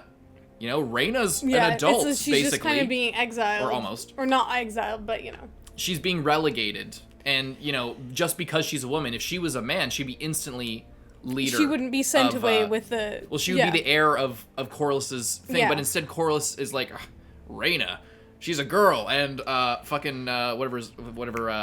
Joffrey, he's 6 years old. So what am I gonna do? Well, 2 trueborn potential heirs, 2 bastards that I fathered 1,000,000 years ago, which are technically would be better because they are grown and they're in a time of war, and they are like Alan is notably like by Corlys like a super competent sailor. So like, if you're going to choose somebody of your bloodline who is going to take over your family business, so to speak, it should be the guy with all the training if there's like kind of a crunch time here in terms Especially of the war. when the other heir, like, one of them is literally a bastard as well. Like... You're talking about Rhaena? No, the other kid, the 6-year-old kid. Oh, yeah. Yeah, so it's like, if it's gonna be a bastard, it might as well be my bastard. Yes. If the options are a bastard or a girl. Yeah, but that's the thing. It's like, you have a trueborn heir here. Man, she might not be trained. She's probably not super trained in terms of being a sailor. But if she was, and it's not like either but she's of not the other because kids, she's a girl. Yeah, it's not like the previous. It's not like he was trained. You know. Laenor? No. Who he? Luke. Yeah, Luke. He wasn't a sailor, but he was a boy, and Corlys liked him and had a relationship with him. Yeah. It's interesting there, especially since Corlys is obviously like, you know, he seems like he would be maybe more progressive in that way, with the fact that he's on Rhaenyra's side. His wife is like the queen who never was. Yeah, she's fucking awesome in every way, but like. Then, but again, he was only using her claim like that to further his own family. Exactly. So like, it was all ambition, and you know, he's faced the consequences, and will probably continue to face the consequences to that line of thinking, because he still hasn't quite let go of that. But yeah, anyway, it's gonna be interesting to see his And yeah, I wonder if Rhaenys knows about them. Anyway, Rhaena, interesting dilemma, interesting situation there. The fact that she's got fucking what look like... Where are they? Where did she leave? Over here somewhere. Before that, it was when they were getting sent off. Yeah, I'm trying to find that. Where is that? Back a little bit, I think. Right there. Right here. Daenerys's eggs. Maybe. Perhaps. There's that 4 would be eggs. cool if they were. I think so, because she's taken... I mean... She's taking them across the sea. Yeah, there's a green, a white, and then that's Drogon red egg. They look way more prettied up than they did previously. But they were also, like, dead. But they're when also... Daenerys Yeah, had they were them. stone. But that was also 200 years later, so... I wonder if this one's going to hatch, and the 3 are going to be kept there. And we don't know what Illyrio, and I'm sure people know this from reading the books and doing theories for the last 20 years, but we don't know what Illyrio says is true, but he said in the first episode, at least, I don't know if he says this in the books, I forget if he does, I've read that part a million times, but that they were reclaimed from the Shadowlands beyond Ashai, which is like east, as far as east you can go on the map, at least. And but he could just be lying, and he's been keeping them as a bargaining chip for some time. But that there is 4 eggs. So if it is Daenerys' dragon eggs, then what happens with the 4th one? There's the 2 Targaryen kids are going along with Rhaena. Rhaena doesn't have a dragon. Yeah, there's 2 baby dragons. There's 2 baby dragons, and then there's an egg that is 1 extra above the 3 eggs that we know are going to be. At this point, it's like it doesn't even matter if it hatches or if it doesn't hatch, because depends on how long the war goes. The war could go for fucking, the real wars last a long time. They last like 20 years. But I mean, like a baby, the dragons, like, they take so long to grow. That's true. And yeah. Like, even Luke's dragon could, like, it was tiny. It was tiny, and it was kind of growing up with him. Yeah. And it was, if it hatched when they got to Pentos, if she comes back in like 10, 15 years, they could have a rideable dragon. But it won't be that big. Maybe that's the last one. Maybe that'll be the last dragon to hatch. Because if you remember, Tywin is like talking to Joffrey in the throne room. He's just like, all the dragon skulls used to be, and it was, as we heard many times. And they got smaller and smaller. Until the last one was right here. It was no bigger than a cat. Its head smaller than an apple, or its head about the size of an apple, something like that. So maybe that's the one. Maybe it will be the last one to hatch, and it'll just like not grow. That maybe what if that's how the series ends? If that's in the last season? Like a stillborn. They're just like, tiny the dragon. last hope for our side. And then it hatches, and it's a tiny, shitty dragon that just fucking dies instantly. That would be pretty sad. Yeah. Yeah, what else? Oh my god. Larys pulling an Otto Hightower against... I love how last episode he's like, oh, your father was so easy to manipulate by Otto. And then this conversation is exactly the shit that Otto I've heard rumors. Who started these rumors? Couldn't say. Do you remember that when they were talking about... It was when they were talking about marrying Laena, about Viserys marrying Laena instead of Alicent, when Laena was like literally 9. And Otto was just like, oh, well, Laena would be a great choice, Your Grace, eyeing over the maester. Laena would be a great choice, seal your house. And Viserys is like, well, now that you said it, maybe I will marry your daughter. Yeah. It's like, it's exact shit. So like Larys is just like, oh, yeah. I don't know, like using some reverse psychology on him to try and get him. Some people say you're awesome for going to war. Yeah. Other people say you're a fucking idiot. This guy. And then there's this fucking guy. Seems like Clearly the talk of the town. I don't know if he is. He might be telling the truth. He seemed like who just I feel lies like if you about were that. telling who just tells the truth about that? What's this guy's necklace? Is that like from Dorne or something? Like, is this guy somebody, or is he just like? Just a knight, maybe, like, or they just fuckers, I don't know. This guy, I've seen this actor before, so I think he might actually be somebody, like, because they did Hugh, who like were like, why are they showing this dude? Like, Hugh. Showing this guy. He has strangely like white silvery hair, and we still don't know, but like the fact that we also had Alan and whatever his brother's name is, we have them, and now he's talking about dragon seed, so that even more confirms what I was thinking about them on Driftmark. and possibly Hugh, but like I feel like they're trying to introduce. He might just be a random nobody. But maybe they're trying to introduce the idea of bastards, even if he's not one. They're Yes. trying to, like, remember that bastards exist. Exactly. And they can be Targaryen Because bastards. obviously, like, in Game of Thrones, it's like bastards are, like, the kind of the root of everything. It's like, oh, you have Jon Snow, the bastard. Yeah. You have, you know, the 3 royal children, bastards. And it's, like, a big thing, and everyone's, like... It's on your mind all the time. And this sort of I think that like if you think of because all the side stories at the end of the day from a writing perspective of the main story, like there's the main series that's like first, and then things like Dunk and Egg and Fire and Blood, like these are meant to mirror. That's why all the characters are so similar to other characters in the main story, is it's meant to mirror and in a way like outside of the canon of like or the main story, even though it is canon. Like outside of the main track, foreshadow what's like extra evidence like to foreshadow. Yes, this history poetry repeating itself yes. kind of thing. So that I think it's also meant to like further things like Phaegon, Jon Snow, possibly Varys being a Targaryen, which it's all but confirmed it must be at this point.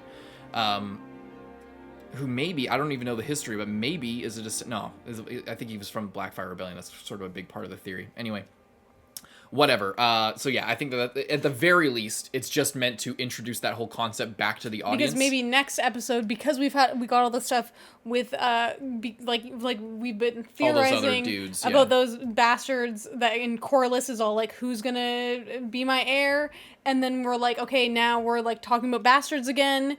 And now maybe next episode or like maybe it might gear more in that direction. And also they specifically mention this guy as like a Targaryen, like because oh you're a bastard? How could that be possible? Who could have had? It's like characters that aren't on screen. Remember those? Like remember that there's this is a historical thing with like a bunch of Targaryen kings and princes that we haven't even seen really in the show. There's like a bunch of people, and you know it can spread really far and wide. Yeah. We also just like, this feels a little bit like cheating, but they had the recap of Alan and that interaction in the recap of this episode, but he wasn't in this episode, so that leads me to believe even further that theory because he's not in the episode, but we have this random bastard guy, whether he's telling the truth or not, and we have the whole thing of the Rhaena succession Joffrey. and who's gonna take over. Driftmark. So it's very subtly setting up multiple angles for something like a different for a thing reveal. Like that. And also if that's the case, there's also Laenor's dragon Sea Smoke, who doesn't have a rider and who apparently has been acting really restless as of late. She's like, oh, I can't get the mind of dragons. And then Masari is like, oh, he must be lonely. So, and I know this because it was a big talk last season with everybody being like, but Laenor in the books is dead. How the fuck is, like, you know, what's going to happen to his dragon if so I'm kind of in a way a little bit spoiled, but it's like, if he is dead and his dragon could be ready to be taken over. Yeah. Like, and Rhaena is leaving, so it's that kind of takes her off the table as like a candidate. So for they might dragon. be looking for other people to take over other dragons and shit. So it's like, yeah, and it would make sense regardless because that's what I remember is a lot of people were freaking out about Laenor not being dead because if you a dragon can't have multiple riders, but if they just kill him off screen because he went and lived his life for like a couple years or whatever, you know, he had his time being a gay man off in the free cities or wherever the hell he went or sailing the world, and then he died, and now his dragon's all freaking out. Now the dragon can be used in the war, basically. So, cheers to Laenor, because he must be dead. That's the only explanation, right? Unless they're gonna have him like come back or like something, but like And by the way, I didn't hear that they. Just to be clear, what I was talking about, I didn't hear that Sea Smoke is definitely used, but I interpreted everybody freaking out about how Laenor's still alive and that being weird as Sea Smoke must be something. Yeah, perhaps. Because or else why would it matter whether he was dead or not? Exactly. It's very interesting. That part's very interesting. That'll be yeah, it'll be interesting to see how that goes. And what else was there? There was a lot more. There was this fucking guy, Gawain, Mm-hmm. named after one of the Knights of the Round Table, right? Right? I don't know. Like Lancelot, Gawain. Or was that, or was it Lancelot's sword? Anyway, I forget. Anyway, regardless. So he's Alicent's brother, and I thought he was pretty chill. It looks like Alicent and him had like an off-screen chit-chat about Kristen Cole, because Alicent and Kristen Cole are kind of... Mm-hmm. Or he's just picking up on the cues, because Kristen Cole, like, quite frankly, like, very publicly, for the type of relationship that they have going on, was like... Give me your favor. She's trying to be like, business as usual. I send you off in a normal, business, professional manner. And he's like, I insist that you give me your favor, and I'm gonna, like... And he's, like, watching, like, huh.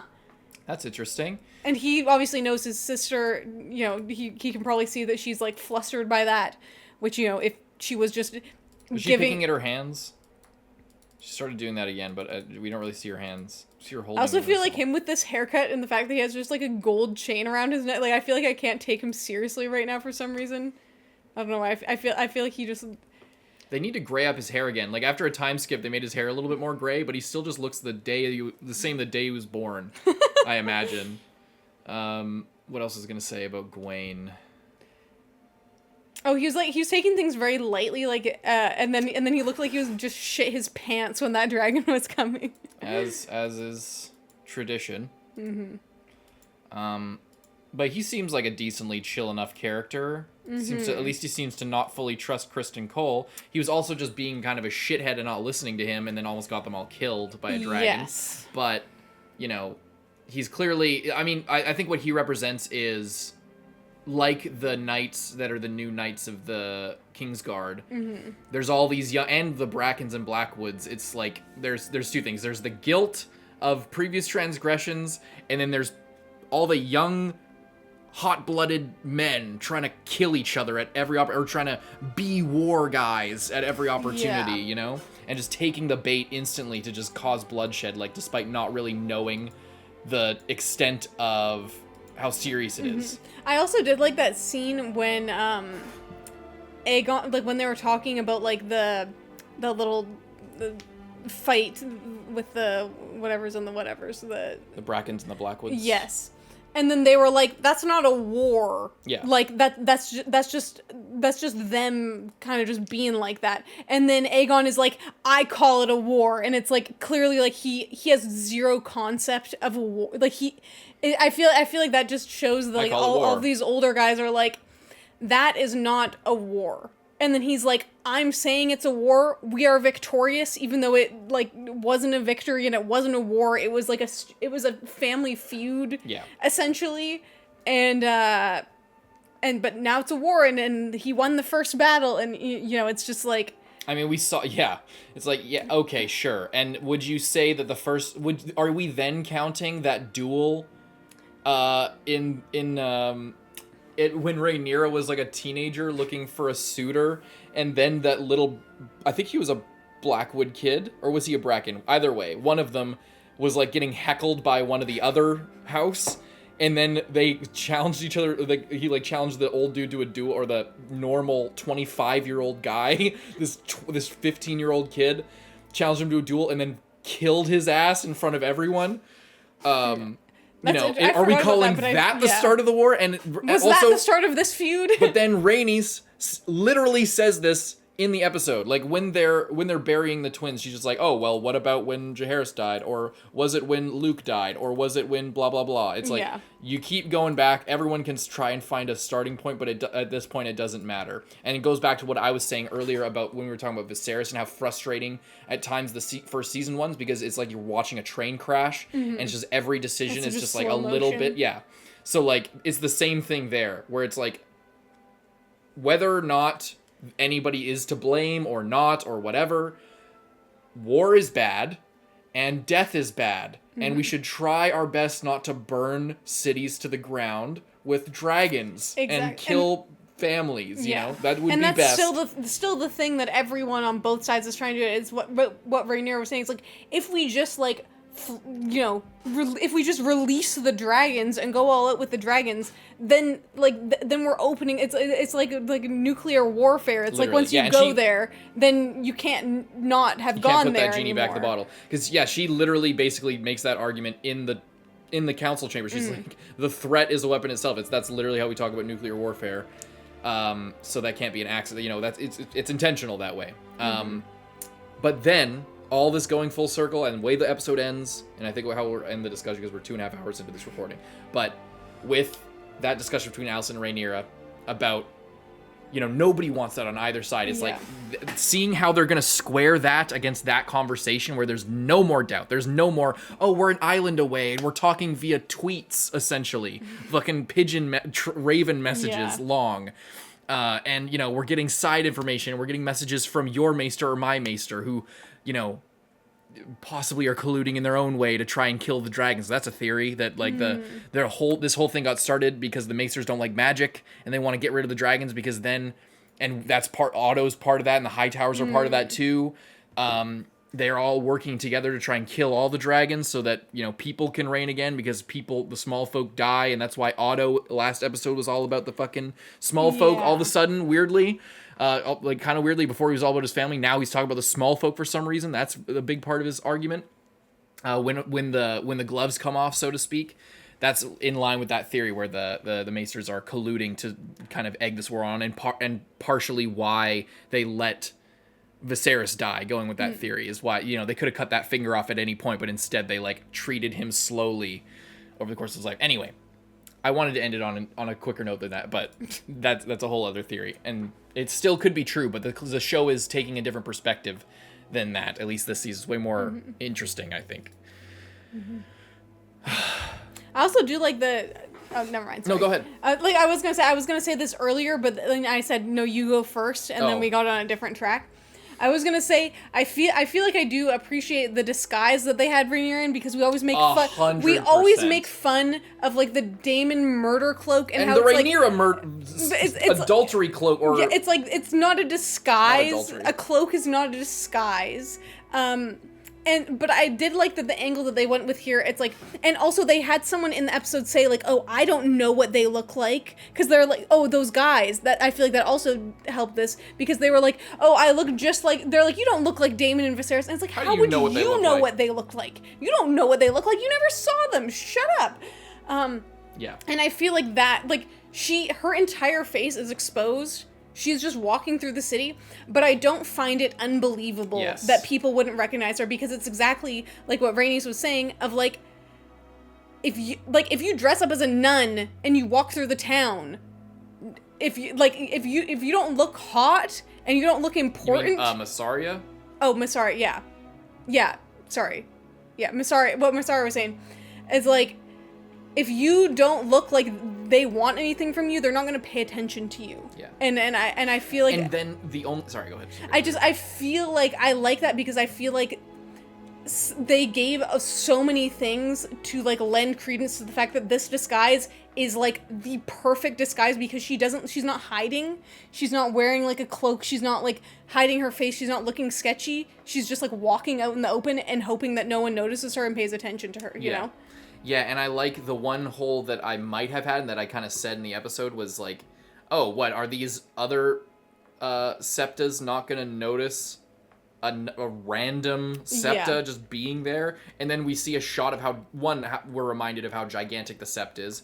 Two, we see the 6 septas just walking around. So it's they're not going to be on first name basis. It's with everybody at your university? No. Yeah. So this is the same kind of situation. So that's the one thing where you could be people who frequent there would recognize her. No, there's no reason why they would, because there's so many fucking people. There's a capital city with the biggest cathedral in the fucking land, Anyway, W. Great episode. Great 2 hour or hour and a half long discussion. Hope you guys leave, like, and subscribe. See you next time, Carson. I'm Lindsay. Bye-bye.